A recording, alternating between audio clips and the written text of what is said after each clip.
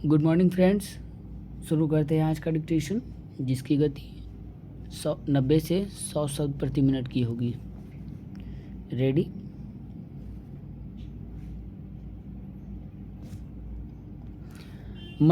मंगलवार को मणिपुर के मुद्दे पर केंद्र की एनडीए सरकार के खिलाफ अविश्वास प्रस्ताव पर बहस की शुरुआत करते हुए कांग्रेस सांसद तरुण गोगोई ने जो कुछ कहा उसके राजनीतिक निहितार्थ जो भी हों, पूर्वोत्तर के लिहाज से इस पूरी बहस की अहमियत काफ़ी है। तरुण खुद मणिपुर से सटे प्रदेश असम से चुनकर आते हैं। ऐसे में विपक्ष ने उचित ही उन्हें इस अविश्वास प्रस्ताव का मुख्य प्रस्तावक बनाया। पिछले 3 महीने से भी अधिक समय से मणिपुर के हालात संभल नहीं रहे। कुछ अंतराल पर वहाँ हिंसा भड़क उठ रही है। हालात की गंभीरता के मद्देनज़र सर्वोच्च न्यायालय को हस्तक्षेप करना पड़ा। ऐसे में सरकार से राजनीतिक जवाबदेही की विपक्ष की मांग उसका संवैधानिक दायित्व भी है और अधिकार भी। आगामी लोकसभा चुनाव के मद्देनज़र एक मुफीद दाव तो खैर है ही, लेकिन जब मणिपुर की मौजूदा स्थिति की बात हो ही रही है तो वक्ताओं को इस बात का खास ख्याल रखना चाहिए कि वे कुछ भी ऐसा न कहें न बोलें जो पीड़ित प्रदेश के किसी भी पक्ष के जख्मों को कुरेदने वाला हो। यह विडंबना ही है कि जिस पूर्वोत्तर को विशेष महत्व देने के लिए एनडीए 2 सरकार का गुणगान हो रहा था, उसके एक सूबे के हालात ही उसके खिलाफ अविश्वास प्रस्ताव की वजह बने। ऐसी बहसों में विपक्ष के वक्ता जहां सरकार की खामियां गिनाते हैं तो वहीं सत्ता पक्ष के सांसद मंत्री तर्कों के साथ उसकी काट पेश करते हैं।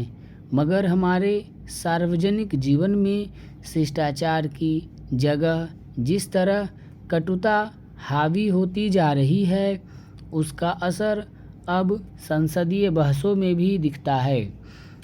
आप शुरुआती लोकसभा की बहसों को और पिछले 2-3 दशकों की संसदीय बहसों का स्तर देखिए, फर्क नज़र आ जाएगा। हमारी संसदीय बहसों में अब समाधान वाले सुझावों की जगह जुमले उछालने की प्रवृत्ति ज़्यादा हावी हो चली है। इससे श्रोताओं दर्शकों में चाहे जितनी वाहवाही मिले, सदनों में विधायी गतिशीलता नहीं आ पाती। यही कारण है कि अब सरकारें बिना बहस कराए अहम विधेयक भी पारित कराने में कामयाब होने लगी हैं। संसदीय लोकतंत्र में अंकगणित सबसे अहम होता है। यह बात सभी जानते हैं कि लोकसभा में सरकार के पक्ष में भारी संख्या बल है। विपक्ष इसके बावजूद अविश्वास प्रस्ताव लेकर आया है तो वह भी इसके नतीजे से वाकिफ होगा ही। नियमों परंपराओं के अनुरूप स्वाभाविक ही सत्ता पक्ष को बहस के लिए अधिक वक्त मिला है और विपक्ष को कम।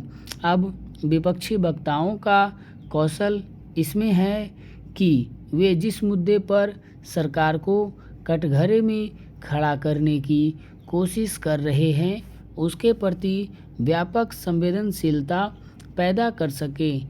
और सत्ता पक्ष की कामयाबी इसमें है कि वह मणिपुर के लोगों समेत पूरे देश को मूर्तिमान कर सके कि हर जख्म पर मरहम रखा जाएगा और पूरा देश अपने मणिपुरी भाई बहनों के साथ है। देश की संसद से समवेत स्वर तमाम सरहदी सूबों के बाशिंदों को जाना चाहिए कि वे खुद को अकेला ना समझें। पूर्वोत्तर के प्रदेशों की यह पुरानी शिकायत रही है कि नई दिल्ली उनकी तकलीफ़ों के प्रति संजीदा नहीं है। मणिपुर हिंसा ने इसे और मजबूत ही किया है। इसलिए तमाम दलों को इस मुद्दे को राजनीतिक नफ़े नुकसान के बजाय राष्ट्रीय एकता के नज़रिए से देखना होगा। निसंदेह बहस के अंत में प्रधानमंत्री ने के जवाब का इंतज़ार मणिपुर पूर्वोत्तर के लोगों के साथ साथ पूरे देश को है।